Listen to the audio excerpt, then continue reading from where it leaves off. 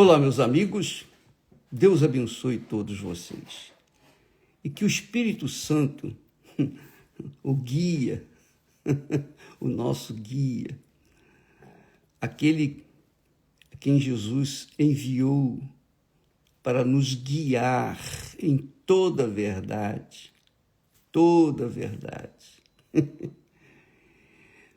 o Senhor Jesus não deixou a promessa, olha, eu enviarei um outro Consolador e estará para sempre convosco. Ele vos guiará aos caminhos verdejantes. Ele vos guiará para os tapetes vermelhos, pelos tapetes vermelhos. Nada disso. Ele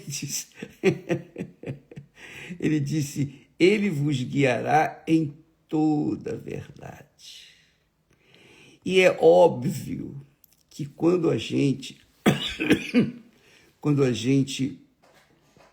anda na verdade, é com certeza a gente vai bater de cara, de frente com a mentira. É claro que quem não é da verdade não se importa. Mentira, mentirinha, mentirona, mais mentiras, enganos, corrupção e toda sorte de sujeira não faz diferença para essas pessoas. Quem vive no pecado não faz diferença para elas viver na mentira, nem andar na mentira. Mas, para quem é guiado pelo Espírito de verdade, que é o Espírito Santo, então há confrontos. Não tem jeito com a mentira. Não tem jeito. Então, quando uma pessoa está andando na verdade, ela está, obviamente, neste mundo, ela está atravessando o deserto que este mundo tem sido. Um deserto. E quem anda na verdade e de verdade e segue a verdade, que é Jesus, com certeza vai sofrer as consequências das injustiças do deserto.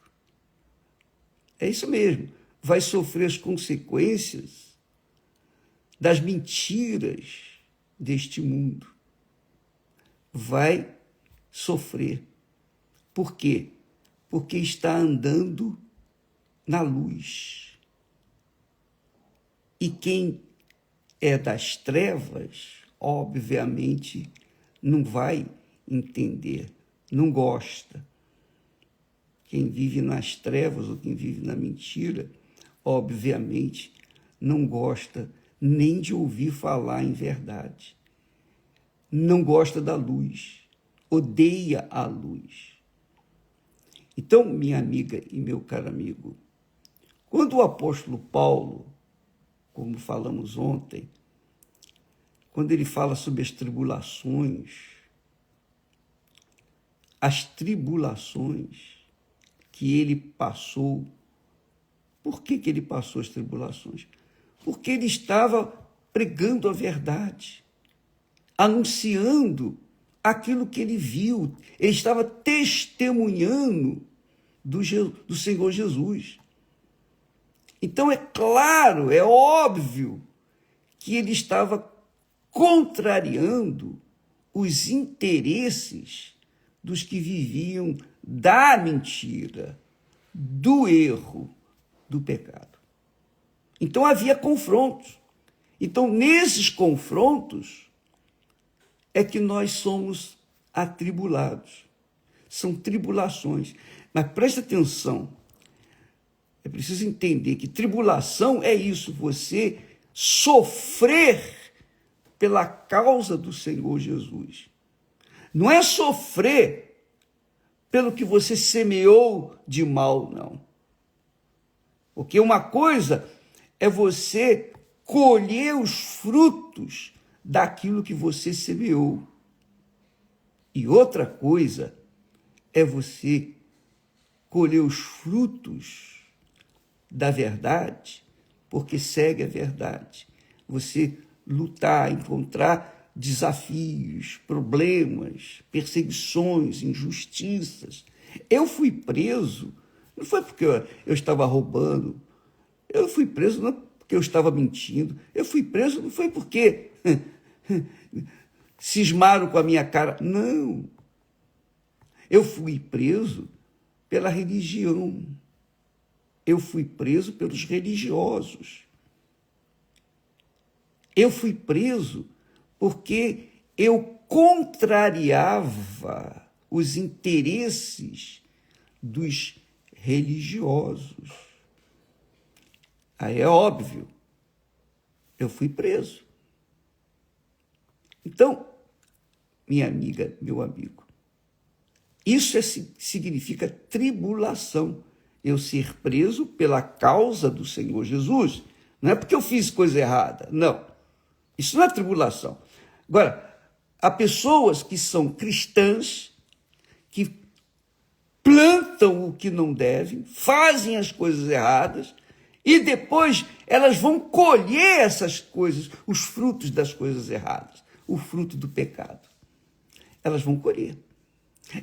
Aí é tribulação? Não, aí não é tribulação. Aí é pecado mesmo. Ela errou, ela está colhendo tão somente os frutos do que plantou. Isso é tão forte, tão glorioso, porque Deus é tão magnífico, tão maravilhoso, grandioso, que é como falamos ainda outro dia, Deus criou os anjos e não lhes deu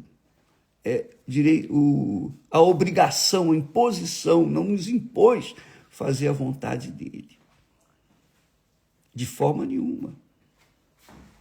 Os anjos tiveram e têm o direito de fazer a sua própria escolha.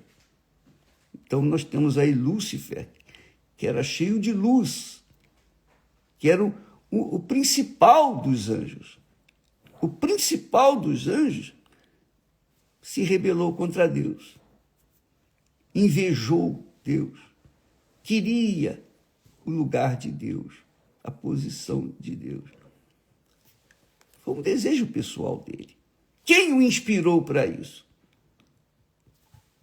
Ninguém, porque ele era o próprio Satanás.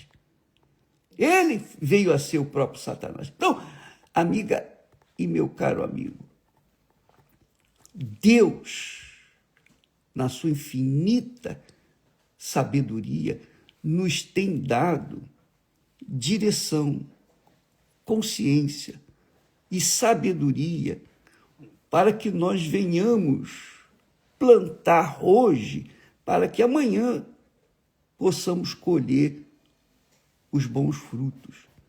Se nós decidimos plantar o que não presta, é claro que nós vamos colher o que não presta. E quem é culpado disso? Somos nós mesmos. Então, é como o apóstolo diz, não erreis. É o Espírito Santo que fala isso. Não erreis. Não erreis. De Deus não se zomba. Tudo que o homem semear, isso também ceifará. Não tem jeito. Não há outra opção. Então, uma coisa é uma coisa, outra coisa é outra coisa. Uma coisa é você semear o que não presta e colher o que não presta, e não pense que porque você é cristão, você se diz cristão, e você diz, são tribulações. Não, não é tribulação, não.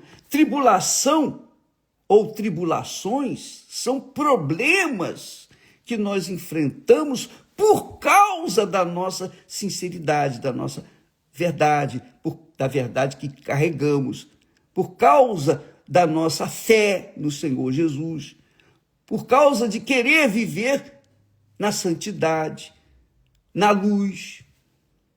Então, uma coisa é você estar sofrendo pelo que você plantou. Você vai colher. Sempre foi assim. Eu também já colhi. Eu colhi frutos amargos, porque eu plantei. Eu plantei a semente amarga, eu colhi também. Nós temos aí falado do nosso exemplo da patinha de caranguejo. Eu comi além do que deveria comer. Eu comi com os olhos. E aí eu colhi os frutos, que foi uma dor insuportável de barriga. Então, fui eu que plantei. Então, eu colhi. Agora, se eu planto a verdade, se vivo na verdade, se eu não sou guloso, se eu tenho aquela consciência do que é certo, do que é errado, e faço o que é certo, então eu vou colher os frutos da retidão. Mas isso não vai evitar que eu venha sofrer as tribulações, que são as perseguições dos que vivem na mentira, do pai da mentira, que é Satanás, que usa os seus filhos para perseguir os filhos de Deus e humilhá-los, envergonhá-los e etc. Mesmo os filhos de Deus estando vivendo na verdade. Então, não fique culpando fulano, beltrano, cicrano, apontando o dedo para alguém, não. Olhe para dentro de si. Se você está colhendo aquilo que você plantou, então o jeito é você suportar, aguentar, pedir perdão a Deus. Meu Deus, me perdoe. Ele vai perdoar, mas não vai impedir que você colha os frutos, maus frutos, não. Davi é um exemplo extraordinário. Davi, ele plantou, ele era um homem segundo o coração de Deus, tinha um coração segundo o coração de Deus. Mesmo assim, ele fez o que era errado e colheu os frutos dos seus erros. Mesmo tendo sido perdoado. Foi perdoado, mas colheu o restante dos frutos daquilo que plantou. A mesma coisa aconteceu com Salomão e todos os demais. Todos os demais. Então, por exemplo, Judas Iscariote, ele traiu Jesus. Mas traiu por quê? Porque ele cobiçou, ele desejou, ele almejou ganhar um pouco mais. Ele olhou para a riqueza desse mundo. Então, ele se corrompeu. É óbvio que por causa daquela corrupção, então ele colheu fruto do que plantou. E isso, minha amiga, meu amigo, é inevitável. Então, não pense assim, é o que muitas pessoas pensam. Elas pensam assim, eu vou na igreja, eu faço as minhas orações, eu faço isso, eu faço aquilo, eu sou dizimista fiel, eu faço... Olha, Senhor, olha aqui, meu Senhor, olha como é que eu sou certinho. É uma pessoa religiosa e cumpre com as obrigações religiosas. Mas, onde é que está ou tem estado as intenções do seu coração? Não sei. Só Deus sabe as intenções do nosso coração. E só por causa de você olhar para uma mulher e cobiçá-la, você já caiu com ela, já pecou com ela, já adulterou, enfim. Então, se a pessoa semeia o que não presta, ela vai colher os frutos amargos do que não presta. Se ela se mantiver na fé, na pureza, e vier a ser perseguida por causa do Espírito Santo, por causa do Espírito da verdade que está nela, então isso é tribulação, aí sim. E nós devemos dar graças a Deus pelas tribulações, porque são as tribulações que mantêm a gente de pé. Imagine se os nossos os nossos caminhos fossem floridos, tapete vermelho, etc.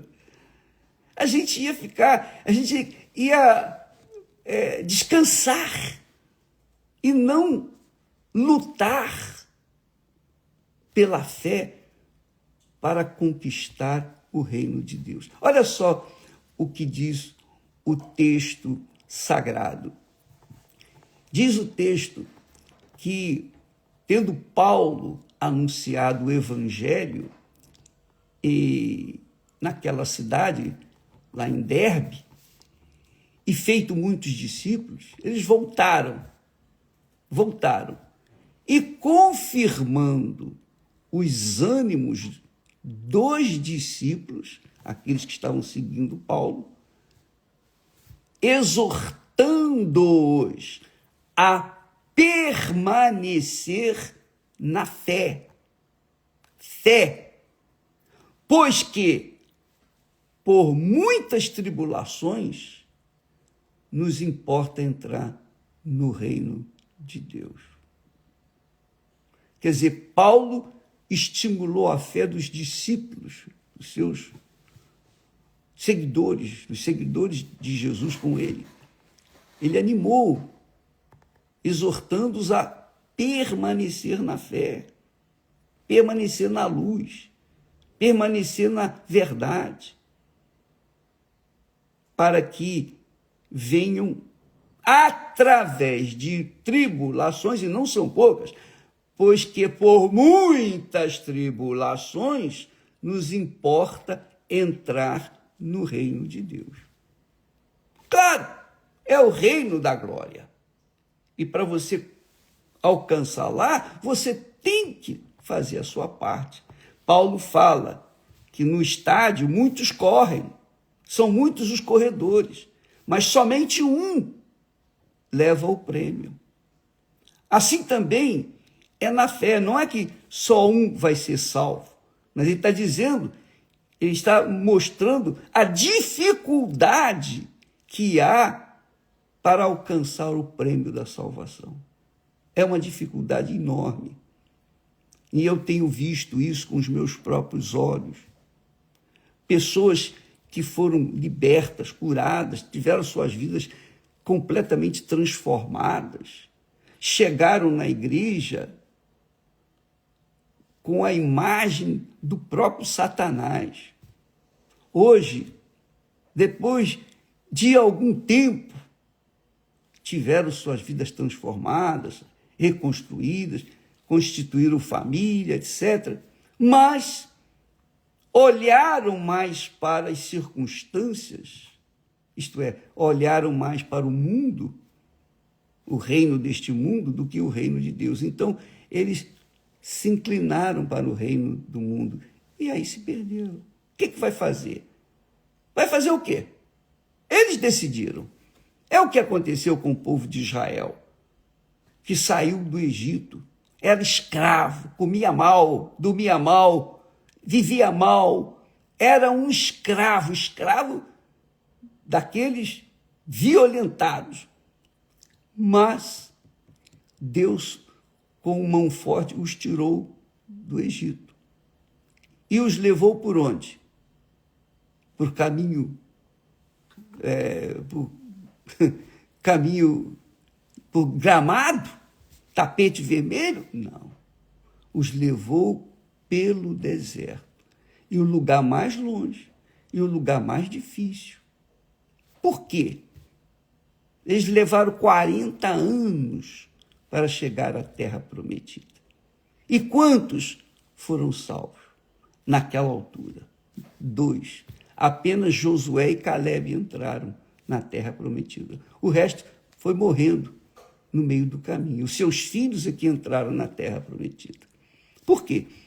Porque eles reclamaram, lamentaram, não aceitaram. Assim também é a nossa caminhada para o reino de Deus, o reino dos céus. Importa muitas tribulações, muitas lutas. Nós vamos enfrentar injustiças toda hora, todo momento, calúnias e toda sorte de tribulação, por causa da nossa fé, por causa de andar na verdade. Não interessa se o fulano anda na mentira, eu não quero saber o que o pastor fez ou deixou de fazer de errado. O que interessa é a minha salvação. Então, amiga e amigo, não fique olhando para os outros. Olhe para si. Cuide de si. Cuide da sua salvação. Porque a alma é preciosíssima, como diz o salmista. Preciosíssima. E a salvação dela, minha amiga, meu amigo, custou a alma do próprio Jesus, Senhor Jesus. Então, vale a pena você investir na sua salvação. Não fique olhando para ninguém. Não fique observando os outros. Não fique com inveja dos outros. Se conquistaram, se não conquistaram, nada disso. Olhe para si. Eu lembro, na minha juventude, quando me converti, o Espírito Santo fez o trabalho. Dá licença. Eu lembro que na minha igreja, que eu frequentava, eu tive conhecimentos dos pastores e bispos que erraram e etc., fizeram coisas erradas. Eu nem queria saber. Eu simplesmente cuidava de mim. E eu ia na igreja. Eu não saí da igreja porque eu vi isso, eu soube disso, soube daquilo. Nada disso. Eu ia na igreja, não pelo pastor, não pelo bispo. Eu ia para aprender a fé, a viver pela fé, a manter a fé. Porque a minha alma dependia da minha fé para poder alcançar o reino de Deus. Faça isso, minha amiga, meu amigo. Não fique a olhar para os outros, não. Porque quem chama atenção para você ficar olhando para os outros é o diabo. E se você ficar olhando para os outros, com certeza você vai cair também. Normalmente as pessoas olham para os caídos, não olham para os que estão de pé. Então o apóstolo Paulo diz, olha, vocês não sabem que no estádio são muitos os que correm, mas somente um leva o prêmio. É a mesma coisa, qualquer corrida, qualquer disputa esportiva, apenas um leva o prêmio. E assim é a salvação. Você tem que priorizar a sua salvação, guardar a sua alma, cuidar da sua salvação. Não fique olhando para os outros, não. E, de repente, você está sofrendo porque você ficou olhando para os outros. Isso não é tribulação. Isso é você que foi inapta. Você que não fez a coisa certa. Você errou. Então, está colhendo os frutos do seu erro. Agora, tribulação não. A tribulação é você ser injustiçada por causa da justiça. A pessoa injustiçada, ela é injustiçada porque ela estava procedendo de forma correta, justa, mas fizeram mal, plantaram, semearam, fizeram alguma coisa ruim para ela, para com ela, por causa da sua fé. E é isso que o diabo quer. Ele quer que as pessoas se sintam vítimas e acabem desanimando na fé.